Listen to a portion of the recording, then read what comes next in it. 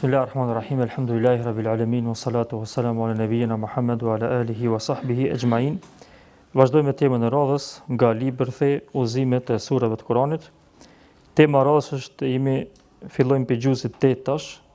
Thot autori, Allahu e ruajt, kjo sure do të vazhdon surën Al-An'am, qartëson disa çështje legjislative që kanë lidhje me besimin, me të rëndësishmet janë përmendja e Allahut, thënia Bismillah kur therrët kafsha dhe ndalimi i ngrënies së mishit që është prerë pa u përmendur emri i Allahut, sidomos nëse gjatë prerjes në vend të emrit të Allahut është përmendur ndonjë emër tjetër.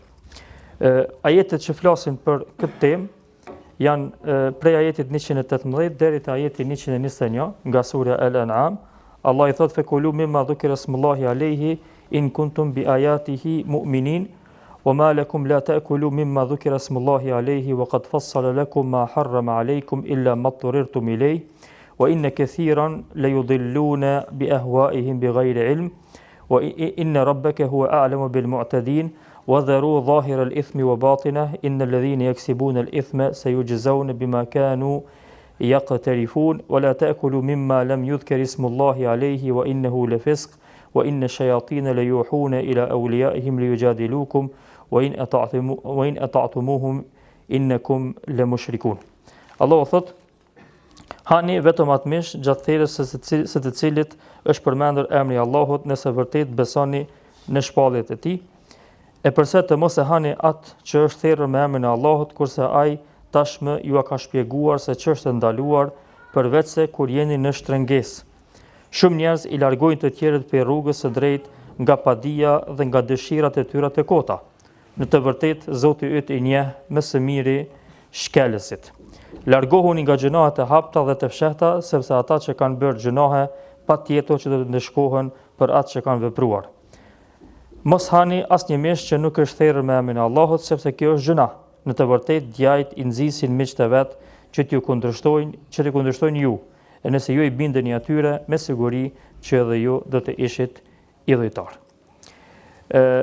Nëse ju kujtohet, në fillim disa herë kena përmend që ajetet ose surja Al-An'am trajton çështjen e besimit në mënyrë të veçantë, në mënyrë të spikatër, dhe se Allahu këtë sure, prej sureve të gjata të Kuranit, prej mrekullive, gjërat interesante kësaj sure është se Zoti ja ka zbrit pejgamberit sallallahu alajhi wasallam Mekë komplet surën për më një herë.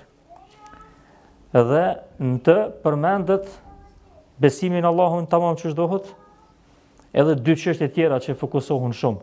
Cilat janë kon, nëse ju kujtohen? Besimin Allahun, pastaj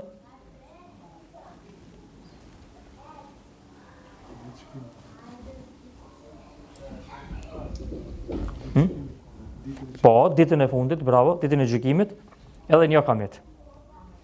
3 temat kryesore që i trajton surja Al-An'am.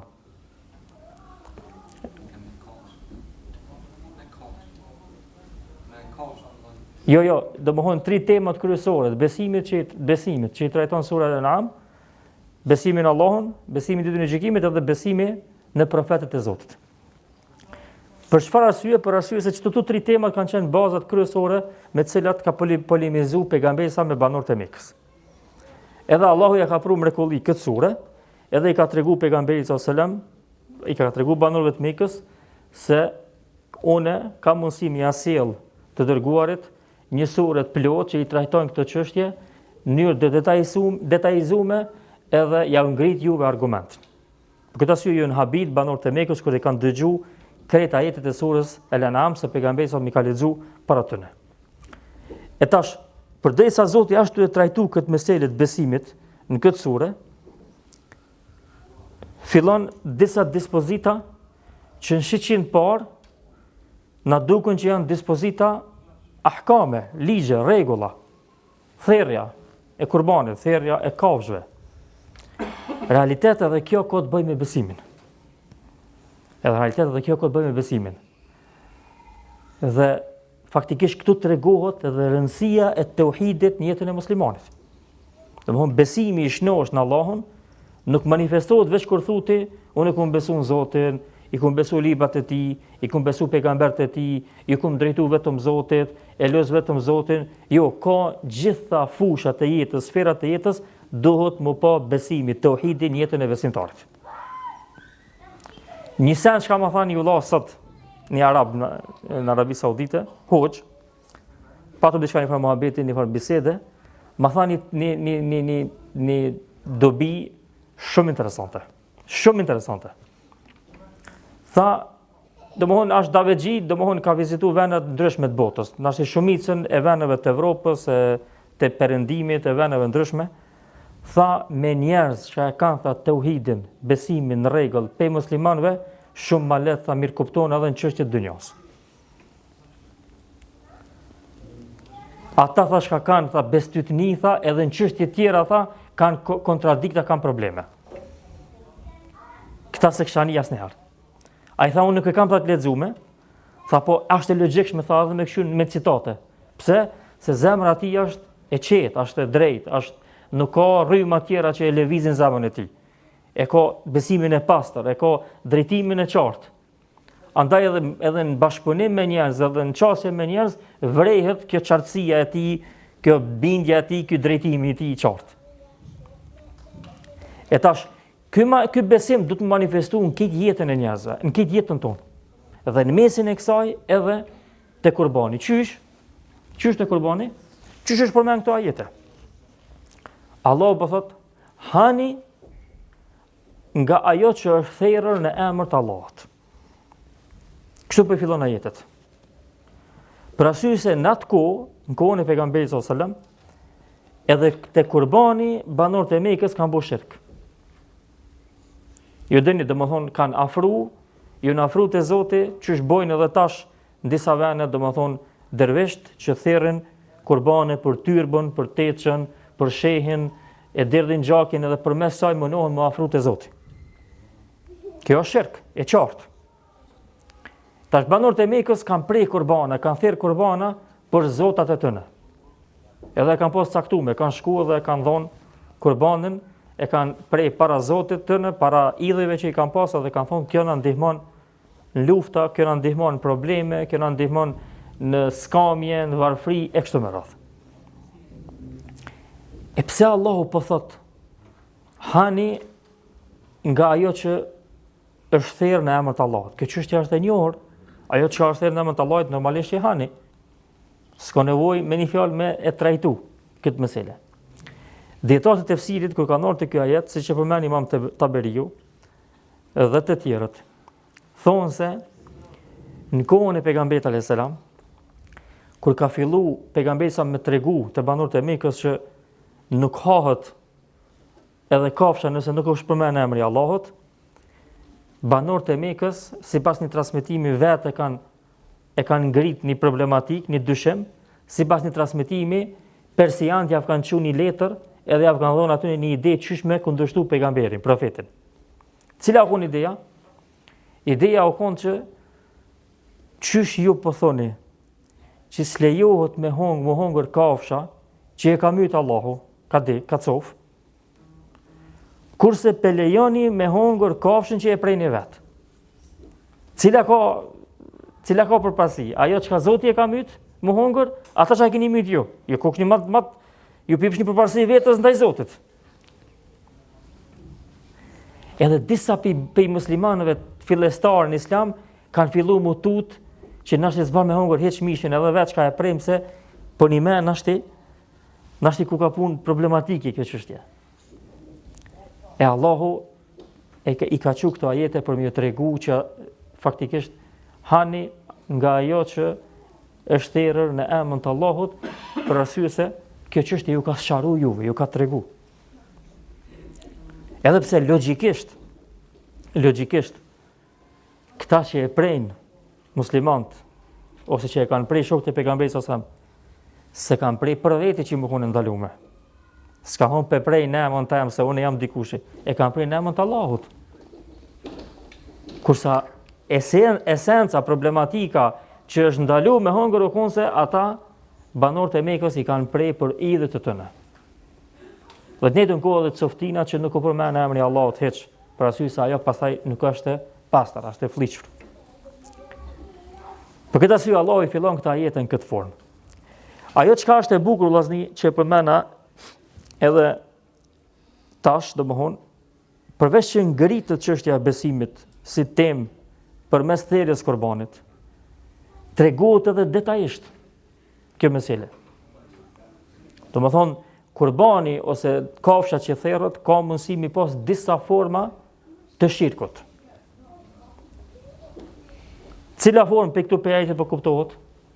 Cila është një për formave të qarta të ajeteve që mund më prej kurbani edhe më konë shirk prej ati, që s'lejohet me hangër?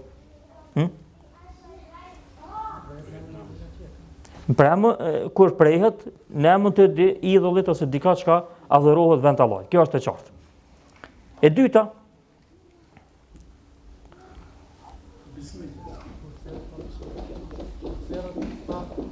jo, për lidhmi veç me tauhidin. Jo me dispozitën fetare. Për lidhmi direkt me tauhidin. Ka mundësi, kuptohet për ajetit, nëse prehet ne mund të Allahit edhe ne mund zotave të ne. Që më ka mundësi me thonë dikush, për I banorëve të Mekës që e ka njohë Zotin, ka unë që na e njohëmi Zotin, e pranojmë Zotin, na peprejmë edhe ne mund Zotit, krijuesit, po edhe ne mund të në zotave tonë që na ndihmojnë me shku te krijuesi. Kjo është shirki që ndodhet te muslimanët. Muslimanët që I falën, ka mundësi, sidomos fraksionet dhe grupacionet, ka mundësi falet edhe thotë do të me prej edhe për shehin që të kurban. Edhe për Zotin, po edhe për shehin. Kjo është shirk. Kjo është idhujtari. Kjo është e qartë në fe. E treta, që nuk mundesh mi kuptu pe ajetit pa e kuptu historinë e pejgamberit sallallahu alajhi wasallam. Që është pjesë e shirkit është nëse dikush thot, pasi që s'po bëjka me prej kurbanin ose I vje keq ose nuk don me përmend emrin e idhullit, por I noti se përmend edhe emrin e Allahit. Sikur që kjo ka ndodhur te banorët e Mekës, sikur që në rregull, unë s'po përmend emrin e idhullit, po edhe emrin e Zotit s'po përmend. Edhe kjo është pjesë e idhujtarisë. Pse? Për arsye se kanë thonë dietarët, e njëjta sikur ai që e ka bu bashk Allahun me idhullin në pohim, kur e ka pohuni diçka, ky tash e ka bu bashk Allahun me idhullin mohim. Mohim të përmendjes emrit. Kështu që ka thonë, masi Zoti të nësë përmend emrin, edhe Zoti, që do më thonë, të dy t'i ka bu njëjtë. Këtina s'po du t'mja përmend, se marrë me mni, marrë me mpa t'u përmend idhullin, ose s'po ban, atëherë s'po përmeni për edhe emrin e Zotit. Kështu që I ka bu bashk Zotin edhe idhullin. Kështu të tri format janë format të idhujtarisë. Jashtë këtyne dashur vëllazni, si temë, si diskutim, si tematik, jashtë këtyne tema që, domthonë ose diskutimi dietarëve që a lejohet pastaj më hongër nëse s'përmendet emri I Allahut, a lejohet më hongër kafsha, nuk lejohet, për shembull, ndodh edhe nashti edhe për muslimanëve dikush me harru, mos me përmend emrin e Zotit, kjo është diskutim mes dietarëve. Domthonë, krejt dietarë thonë përveç dhahirive, krejt dietarë katër mëdhëbet, thonë që nëse harron muslimani me përmend emrin e Allahut gjatë thirrjes kafshës, lejohet me hongër, s'ka të keqe. Për arsye se harresa është e përmendur në ajete të tjera që Allahu nuk e ngarkon muslimanin me harresë. Pastaj është një diskutim pak më I thellë, nëse nuk e përmend muslimani emrin e Zotit kur e thirr kafshën me qëllim. Do jo që harron, po thotë hajt se s'ka problem kjo punë. A lejohet me hongër apo nuk lejohet? Mëdhëbi Imam Shafiut është se lejohet edhe në këtë formë për arsye se përmendja e emrit të Allahut kur thirret kurbani është sunet. Po kjo është temë diskutim e fikut. Na nuk kena të shpjegoj fik. Inshallah kur shpjegojmë fik vijnë këto mesele. Ajo çka është e bukur këto ajete është se Allahu përveç që potencoi që është tauhidin, e potencoi rëndësinë dhe mënyrë të detajzuar me çështjen e tauhidit, po ashtu na tregoi çështjen e bismillahit. E potencoi edhe një herë me emrin e Allahut. Pejgamberi sa çdo gjë ka bërë me emrin e Allahut. Bismillahi u kon pjesë e pandashme e jetës pejgamberit sa. Kur ka dal, kur ka punu, kur ka dal për shtëpis, kur është kthy në shtëpi, kur ka hungur buk, kur I ka vesh tesha, domthonjë çdo gjë që e ka bërë pejgamberi e ka bërë me emrin e Allahut. Dhe kjo tregon lidhjen që e ka pas pejgamberi në mënyrë të vazhdueshme me Zotin e tij. Dhe ky është mesazhi i bismillahit të prerja e kurbanit. Nuk harrohet Allahu as kur prehet kurbani, as kur thahet mishi, as kur del shtëpis, as kur të shpe, as kur të bësh me fjet, as nas në formë. Momentin që e ke harru, Allahun e ke harru vetën. Çka thon Allahu në Kur'an? Nësi Allahe, fe nesihum. Ata e kanë harru Allahun, Allahu i kalon ata. Su marrë me ta. Nëse Allahu të lënë, ke harru edhe vetën tënde, se din mu ku është rruga e drejtë. Andaj çështje shumë e rëndësishme të muslimanit është bismillahin me pas moto në jetën e vet. Bismillah me emrin të Allahut. Në çdo çështje. Me emrin të Allahut bëhet kjo. Me ndihmën e Zotit bëhet kjo. Me fuqinë e tij bëhet kjo. E kështu me radhë. Ajeti dashur vllazni këto domethënë këto pjesë që i lexova, Allahu Azza wa Jall e tregon po ashtu se kuptohet për ajeteve që esenca që e kena përmend edhe më herët në për këto ligjërata, e që është dispozitë e rëndësishme e të kuptuarit fesë. Esenca në gjërat jashtë fesë, jashtë dispozitave fetare, është lejesa. Esenca është lejesa, lejimi. Ndalesa është përjashtim. Që do me thonë, shumica e gjërave që ekzistojnë sipërfaqen e tokës janë halal. S'ka nevojë me vetën argument, a është halal një gjë që s'ka argument që e ndalon. Edhe te mishi për shembull. Allahu i thot muslimanëve, unë ja kum kallëzu çka ndalohet. Jashtë kësaj na mos e lëni më. Po zirafa nuk u përmend Kur'an që ja lejohet me hongër as lejohet. A është ndaluar? Jo, lejohet. Kjo shumë e lehtë në fe tëna.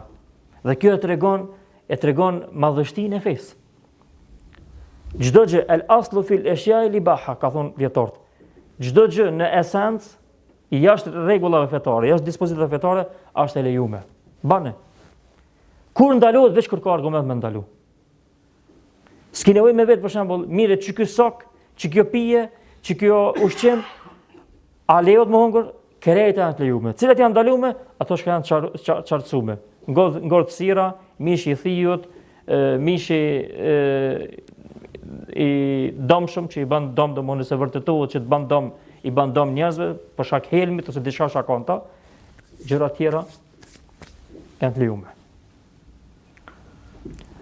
Andaj edhe në këto ajete Allahu e përmend këtë rregull. Për arsye se ky rregull është shumë i rëndësishëm në jetën praktike. Dhe kjo e kallzon lehtësinë e fesë dashur vëllazë. Unë shkon ti ku dush, ta paraqesë njerëz çfarë do ushqimi, ti mundesh me hongër. Përderisa nuk i ki këto të ndaluara përpara. Pije, lloj pije mundesh me pi, përderisa nuk i ki ato çka është, ajo çka është e ndaluar. Në shumë fe tjera është e komplikuar kjo çështje. Në shumë besime, në shumë fraksione të jo musliman, kjo çështje është shumë e komplikuar. Jo s'lejohet me porzi ky ushqim me këtë ushqim. Jo s'lejohet që kjo lloj i pijes që s'është normalisht pije dese. Po nuk lejohet në këtë kohë, nuk lejohet në atë kohë, jo, s'ka kështu në Islam. Në Islam është dera e qelë, e hapur. Alhamdulillah, dhe kjo është për lehtësisë që Zoti e ka sjellën këtë fe.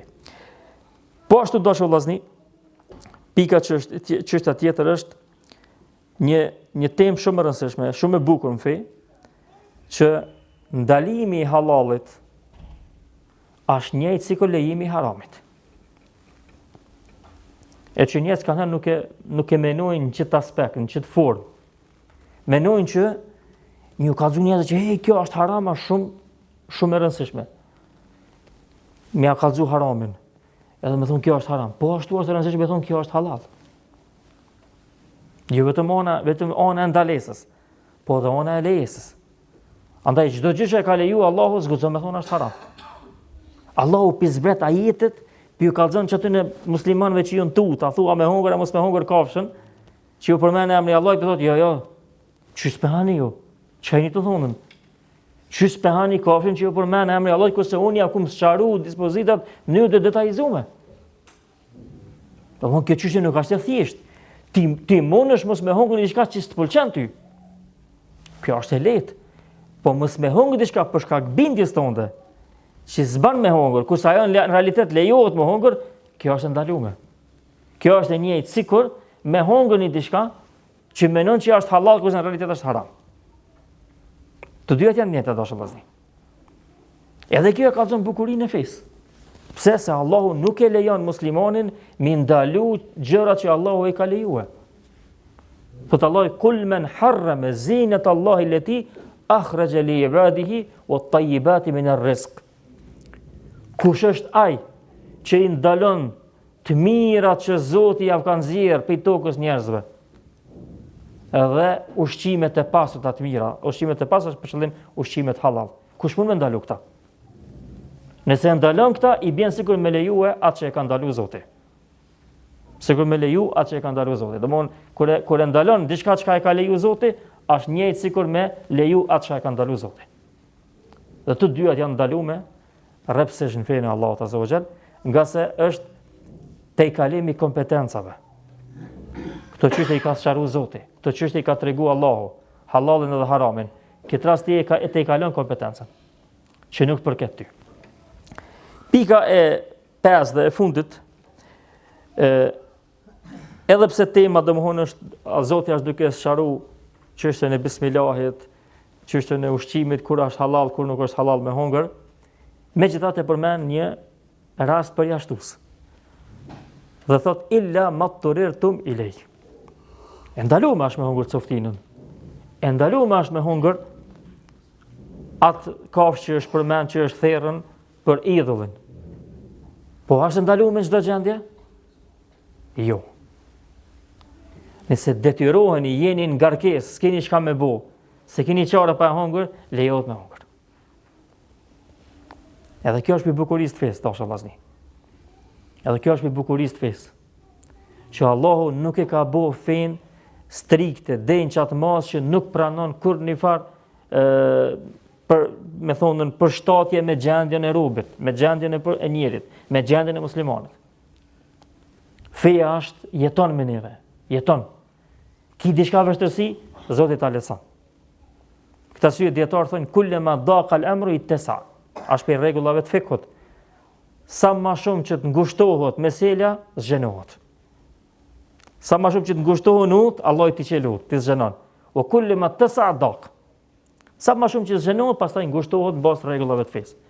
Je dikon, nuk i ushqe me veti, je rrezik me vdek, lejohet me hungër.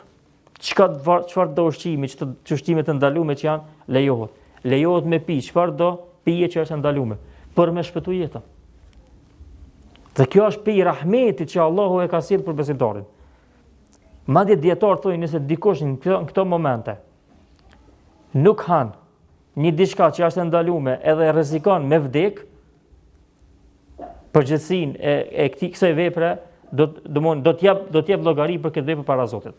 Domthonë as diskutim, është lloj mbytje apo nuk është lloj mbytje, po megjithatë është gjëna. Te ke dietar kjo puna është gjëna. S'ki drejt. Pse se Allahu për me shpëtu shpirtin tënd ta ka lejuar me hongër ata që është ndaluar. Pra ashtu se ka vlerë te Zoti me shpëtuti vetveten edhe mos me vdek për një arsye që është domthonë gjendje e jashtëzakonshme. Allah i përveç kësaj e kena përmend në deset e tefsirit, e ka leju me cenu edhe pozitën e tij të ndershme, sherife, të lartë, nëse njëjtë rrezikohet jeta. Me thonë dikush, shaje Zotin nëse do me pështu. S'do me shah, kjo është punë e jotja. Kjo është. Po e shan, nuk prishet imani hiç. Von Zoti edhe vetveten e vet e ka cenu, pozitën e vet të lartë e ka cenu, dhe këta e ka përmend në Kur'an. Veç për me ruajtur shpirtin e besimtarit. Jetën e tina. E leje mo ti me hongër një ushqim sa për me pështu jetën tonë dhe me kalu pastaj me vazhdu jetën. Andaj edhe kjo është për bukurive të mëdhaja të fesë tonë. Nuk ka dashur vllazni mundësi për me bo, me thonë kësi përjashtime, kësi raste, për me i te kalu sfidat në për fe tjera që është fejnë e Zotit. Allah i thëtë, ma gja'ala alejkum fi dini min haraj. Allahu nuk ju ka sjellë vështirësi për mes fesë. Përkundrazi, Zoti ka dish për mes fesë njerëz me jetu mirë, me jetu lehtë, me ditë se cilit drejtat e veta dhe me ditë drejtat e tjerëve edhe me adhuru Allahun. me qenë rob sinqert Zotit në tokë. E momenti që s'hec, tamam qysh Zoti don prej teje, Zoti i kalon rrugë tjera. Po të bllokohet në rrugë, çelën rrugë tjera. Dhe kjo është për mirësisë që Zoti e ka sjellë për robërit e tij. Allë dashur vllazni, ajetet edhe pse flasin për çështjen e therrjes kafshë, që thash në fillim, flasin dhe ndërlidhen gjitha këto ajete me çështjen themelore të fesë, e që është besimi i qiltër i pastër në Allahun Azza wa Jall që do të me pas secili prej besimtarëve. Nëse ky besim i qiltër i pastër mungon, atëherë normalisht që probleme të tjera në jetë do të shfaqen dita ditës shumë më shumë. Allahu dhe mësmiri, walhamdulillahi rabbil alamin, wa sallallahu ala nabiyina Muhammad. Oh